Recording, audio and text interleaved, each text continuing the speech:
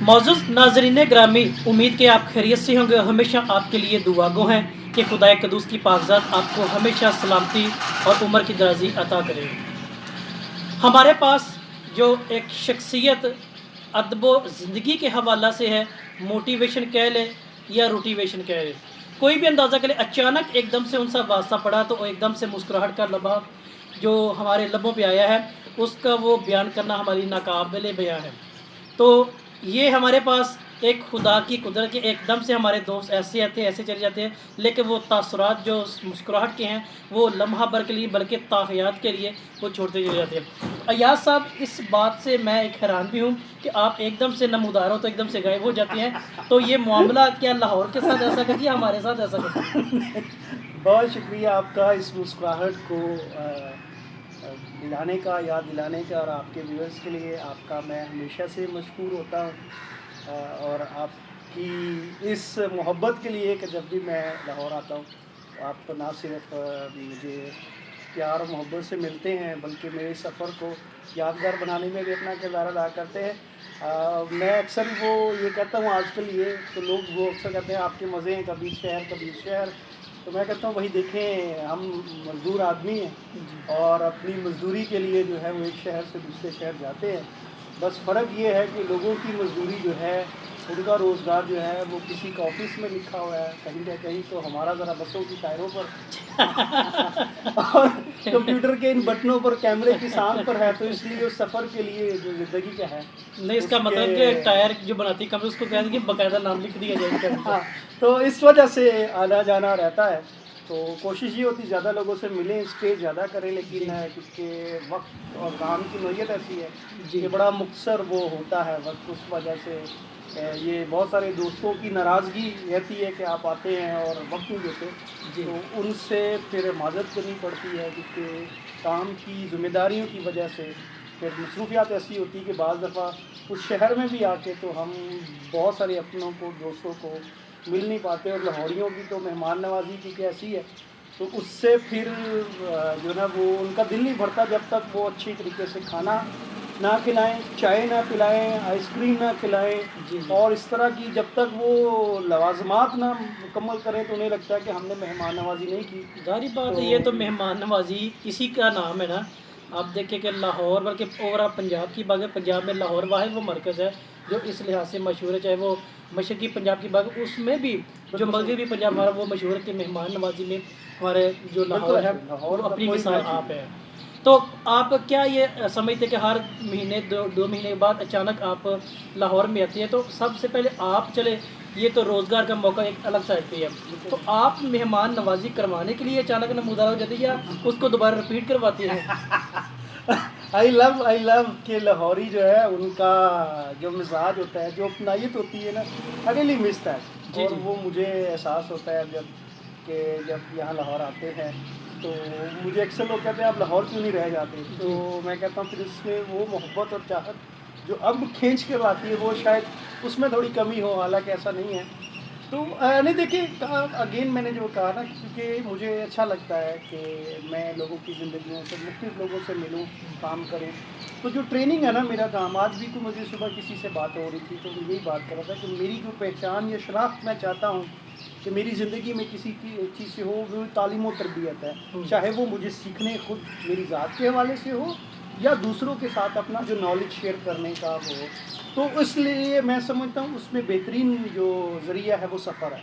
जब आप वैसे इंटरनेट के डिजिटल दौर में लोगों से मिलते हैं तो वो कर, लेकिन जो एक ह्यूमन इंटरेक्शन है हमारा, ये जो ना वो आपके रिश्तों को, आपकी जो ग्रूमिंग है उसको बहुत स्ट्रेंथन करता है। बेशक हमारी वैसे बहुत इंटरेक्शन रहता है सोशल मीडिया पर, फ़ोन के ज़रिए, लेकिन ये जो गुफ्तगू इस तरह से बैठ के मिलना और वो तबादला ख्याल, इसका जो सब्सिट्यूट कोई दूसरी चीज़ नहीं है। आप चले, आपका ज़्यादातर सोशल मीडिया से वापस ये भी आपने ज़िक्र किया कि लोग इस वक्त 99% मैं कहता हूँ 100% अब सिर्फ सोशल मीडिया के ज़रिए बिल्कुल से सही, मिलते हैं। सोशलाइजेशन। आप ये क्या समझ कि सोशल मीडिया ने इंसानी ताल्लुकात में क्या कोई मदाखलत ऐसी की है कि जो बिल्कुल सही, इंसान ने को दूरी होता या कोई ऐसा कि जो रिश्तों में दरार आने का कुछ सबब बने? बिल्कुल सही। देखिए, ये जो चैनल्स ऑफ कम्युनिकेशन है ना, चाहे वो व्हाट्सएप है, what ever the digital media. Platform, हाँ, जो चैनल्स ऑफ कम्युनिकेशन हैं वो इंक्रीज़ हुए हैं और कम्युनिकेशन का जो गैप है ना वो बढ़ा है, बढ़ता चला गया। ठीक है। अब वो ये होना ही चाहिए था कि मेरी और आपकी गुफ्तगू और जो फासले थे, ठीक है, वो कम होने चाहिए थे, बल्कि अब वो फासले बड़े हैं कम्युनिकेशन के ज़रिए। तो आई थिंक दैट कि इस दौर में डिजिटल में जो सबसे बड़ा मुझे लगता है ड्रॉबैक है लोगों की फ्रस्ट्रेशन का, मेंटल हेल्थ का, साइकोलॉजिकल इशू का, कि लोग डिजिटल मीडिया पर बहुत ज़्यादा रिलाई करते हैं और इस सेल्फ एडिक्शन और इस सोशल मीडिया की वजह से वो जो ज़िंदगी का नेचुरल पेस है ना उसको वो इन्जॉय नहीं करते। तो आई थिंक वो कहीं ना कहीं अपनी ज़ात से और नेचर से जब वो उनका डिस्कनेक्शन होता है तो फिर फ्रस्ट्रेशन होती है। यानी इस फ्रस्ट्रेशन को मैं भी थोड़ा सा चेंज करें तो मेरा भी रहा तो इस तरह का, लेकिन मैं आपको सामने करना चाहता हूँ बिल्कुल सही। कि अक्सर औकात ये ऑब्जर्वेशन सामूहिक की भी आती है कि आप जब बैठे होते हैं आपका रुख एक इस तरफ होता है दूसरे की तरफ, बिल्कुल लेकिन सही। आप बातें इसी बेस पे करें कि इंसान की दूरी बिल्कुल की सही। ये एक अट्रैक्शन भी है सामूहिक के लिए भी कि हमारे यहाँ अक्सर औकात इस चीज़ को ऑब्जर्व ज़्यादा किया जाए सामूहिक की तरफ बिल्कुल से, सही। जबकि कैमरे के सामने बोलने वाली या मैं और आप इसको ऑब्जर्व नहीं नहीं कर करते। रहे। तो इस मामले में क्या अक्सर औकात आपका मेरे अलावा कई ऐसी शख्सियत से वास्ता पड़ा है जो अक्सर औकात इस डायरेक्शन का इस्तेमाल करते हैं कि आप दोनों आमने सामने बैठने की बजाय एक का इस तरफ होता है दूसरे का इस तरफ होता नहीं है। देखिए, वो अगर उसको केमिकल टेक्निकल देखें ना, या मैं हमेशा एक चीज़ कहता हूँ कि मैं ज़्यादातर उस तरफ बैठता हूँ, यानी इंटरव्यू करता हूँ तो मेरा फेस जो है उस तरफ, जब मैं इंटरव्यू यानी किसी दूसरे से वो कोई मेरा इंटरव्यू करा तो मैं इस तरफ बैठता हूँ। जी देखिए ये जो कन्वर्सेशन है ना, कम्युनिकेशन इंटरव्यू वाली, ये टू वे कम्युनिकेशन है जिसे पॉडकास्ट स्टाइल कहते हैं। इसका जो हमारा व्यूअर्स है, देखने वाला, ये सुनने वाला, वो इस चीज़ से मुतासर नहीं होता कि आपकी कैमरे की क्वालिटी क्या है, आपका बैकग्राउंड क्या है, वो सारी चीज़ें फैक्टर ऐड ऑन कर दी हैं।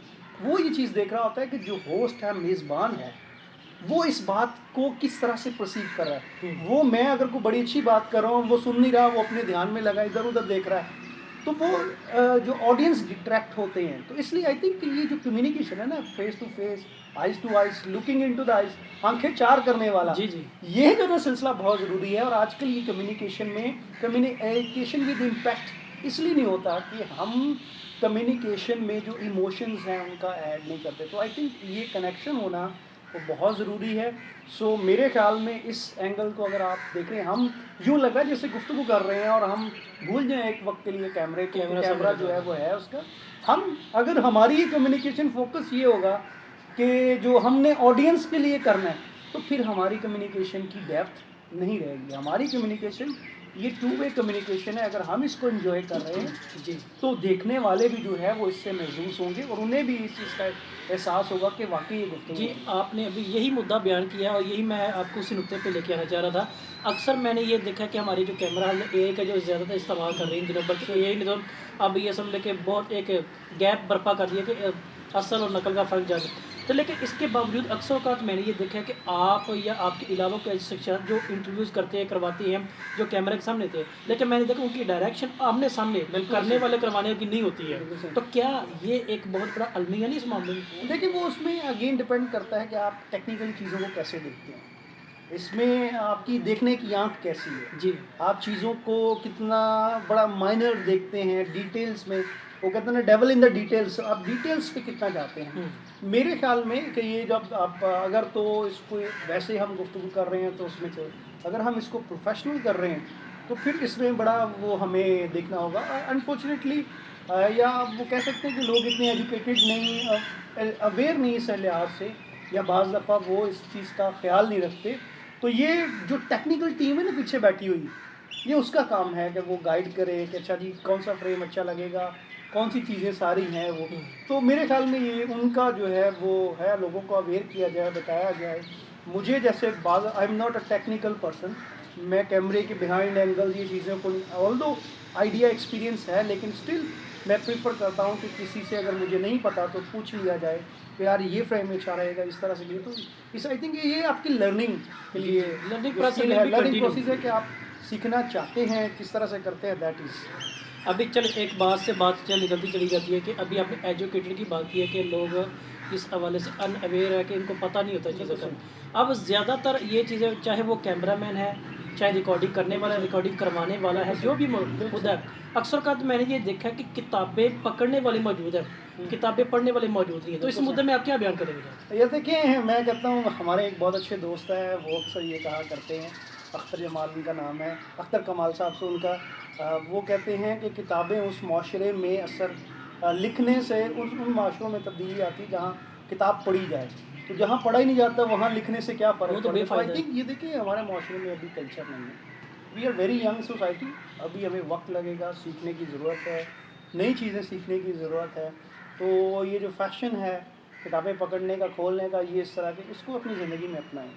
आपकी ज़िंदगी सबसे बड़ी किताब है, ये दूसरों को सिखाती है, इससे लोग लर्न करते हैं। कि आप खोलें या ना खोलें, लोग आपकी ज़िंदगी से सीखते रहते हैं। सो आई थिंक वो किताबों से ज़्यादा, वो कहते हैं ना, किताबें पढ़ी होंगी, वो गाना है ना बड़ा, बहुत तुमने कभी तो इंसानी चेहरों को भी, इंसानी रिश्तों को, इंसानी मिजाज को, इंसानी जो रवैया है उसको समझेंगे ना, तो आपको किताबों पर भी मज़ा आएगा। और इंसान और ज़िंदगी से बड़ा कोई उस्ताद नहीं है। तो इसलिए आई थिंक कि आप अपनी ज़िंदगी में को तो प्रेजेंट करें। अभी आप रिसेंटली आप लाहौर में हैं, तो आप लाहौर में ज़ाहिर बात है कि अदब का मरकज़ रहा है, बिल्कुल सही। बल्कि मैं कहता हूँ अगर दिल्ली एक दाबस्तान था, लखनऊ एक दाबस्तान था, तो उसके बाद अगर मैं कहूँ तो लाहौर भी एक दाबस्तान के तौर पे। तो आप यहाँ पे आके जब अपने गिरदो नवा में लोगों को देखते हैं किताब के हवाले से या खुद किताब रीडिंग के हवाले से, आप ज़ाहिर बात लिखते भी हैं, लिखवाते भी हैं, करते भी करवाते भी हैं, दोनों काम करते हैं। तो इस मुद्दे में आप लाहौर के बारे में या इनको लाहौर वालों को आप क्या कहना चाहते हैं, या आपकी ऑब्जर्वेशन किताब के बारे से क्या कहती है? नहीं, बिल्कुल किताब का ये मेरी ऑब्जर्वेशन ये है, last time Karachi international book fair होता है दिसंबर में हर साल, वहाँ पे भी, और इस दफ़ा लाहौर में भी थोड़े दिन ही पहले वो ख़त्म हुआ ऐसे है। हुआ है। तो अगर आप आम तौर पे ये सुना जाए कि आज इस सदी में किताब कोई नहीं पढ़ता, तो ऐसा नहीं है। किताबें बहुत सारे लोग पढ़ते हैं, रुझान है, नई नस्ल में है वो। अब असल में चीज़ ये है कि अभी मीडियम्स और आ गए हैं, पॉडकास्ट आ गई है, रीडर आ गए हैं, सारी चीज़ें, रीडिंग सारी की, तो किताब का रुझान तो बढ़ा है। दूसरा ये देखें कि मैं समझता हूँ पंजाब और लाहौर में लोगों के पास वक्त ज़्यादा है। उनके पास जो मुझे महसूस होता है मैं जैसे पंजाब की जो मेरी पैदाइश है, कि हमारे पास दूसरे सिंध की निस्बत में, कराची की बात करें, कि रोज़गार का जो फ़िक्र है ना, माश, वो जो है ना कम है।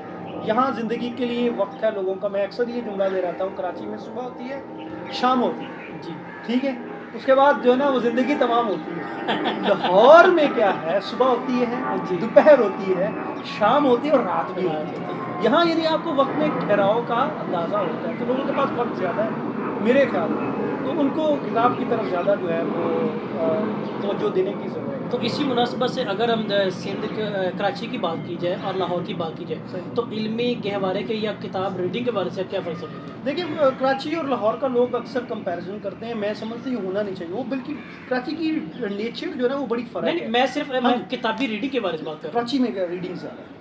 कराची में किताब पढ़ने वाले संजीदा कायरीन, उनको किताब का पता है, उनको राइटर का पता है।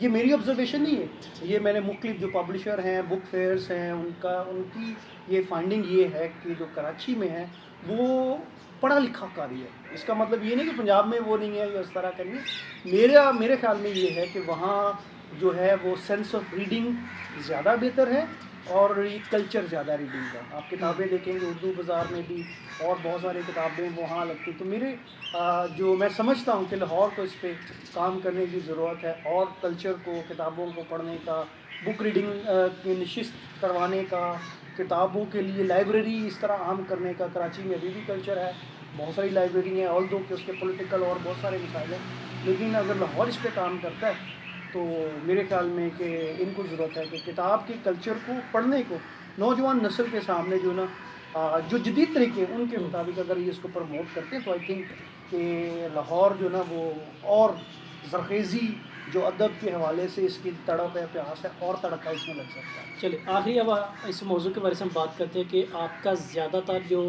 एजुकेशन इंस्टीट्यूट से वाबस्तगी होती है, आप वहाँ पे जाके उनके टीचर्स को, उनके बच्चों को, स्टूडेंट्स को मोटिवेट करते हैं क्या? अमूमन देखा क्या गया है कि एक मुहावरतन बात है, ये शायद इस पे गलत भी हो सकता है, दुरुस्त भी हो सकता है, ये मैं सुनी सुनी बातें भी कर रहा हूँ कि बच्चों की दुआ खुदा जल्दी सुनता है। اگر ان دنوں کی باقی ایگزام شروع ہیں، ٹھیک صحیح ہے، ہے۔ ٹیسٹ سیشن شروع ہو گیا، ایگزام آنے والے ہیں، اب سب سے زیادہ جو تنگ ہے اسٹوڈنٹس وہ ٹیچرس ہی ہیں نا، صحیح ایگزامینیشن ڈپارٹمنٹ سے ہے نا، وہ ایگزام کیوں لے رہے ہیں. اور صحیح اب اس معاملے آپ کی جو رائے ہے ایک ٹیچر اور اسٹوڈنٹ کے مابین والی بات آپ نے اس کو کلیفائی کرنا ہے، تو کیا اس معاملے میں جو وہ بدو ہے جو استاد کو کیوں نہیں لگ رہی ہے؟ یہ بڑا اچھا نا میرا، کیونکہ مجھے اکثر لوگ پوچھتے ہیں ایگزام میں نمبر کیسے لیں، تو میں نے بڑا رگڑا کھایا ہے ایگزامس کے حوالے سے. مجھے پیپر کا جو بڑا خوف تھا آج بھی رہتا ہے کہ تو انفارچونیٹلی ابھی جو نئی ہے نا، ابھی جو میں ٹریننگز میں ابھی جو نئے ٹرینڈز دیکھ رہا ہوں اور فیوچر میں جس پہ میں اپنی ٹیم کے ساتھ بھی کام کر رہا ہوں اور ہم لوگ عدالت، وہ ہے class room and teacher, student and teacher class room management. جی، وہ جو ماحول ہے نا، ایک جو ریلیشن شپ ہے ٹیچر کا اسٹوڈنٹ کے ساتھ، آئی تھنک وہ کہیں لیک کر رہا ہے. سیم جیسے ہمارے پیرنٹس کا بچوں کے ساتھ وہی ریلیشن شپ اسٹوڈنٹ کا جو ہے وہ ٹیچر کے ساتھ جو ہوا ہے، آئی تھنک اس کو مینیج کرنے کی ضرورت ہے. ٹیچر کو اپنے آپ کو اپگریڈ کرنے کی ضرورت ہے. اور یہ جو فیئر ہے نا کمپٹیشن کا، ایگزام کا، فیلئر کا، آئی تھنک اس کو اسی طریقے سے کم کیا جاتا ہے بیٹر انڈرسٹینڈنگ سے. آپ بچے کو انسپائر کریں، اس کو موٹیویٹ کریں، اس کو سمجھائیں کہ یہ جو پریشر لے رہے ہیں آپ ایگزام کا، یہ جو ٹیسٹ ہے، یہ جو آپ کا ایک جو کیا کہتے ہیں اس کو مینجمنٹ سکلز آپ سیکھ رہے ہیں، اس کا بینیفٹ کیا ہوگا. اس ڈسپلن کا، اس اپنے آپ کو چیزوں سے کنیکٹ کرنے کا جو لارجر دین پرپس آپ لائف دیں گے نا، وہ بچہ اس میں ایزیلی کر دے گا. ابھی آپ نے یہ بات کی ہے کہ بچوں کے ساتھ ٹیچر کو ریلیشن شپ بنانے کی ضرورت ہے، لیک آف ریلیشن شپ یہاں پہ ایک بہت بڑا مسئلہ کرے.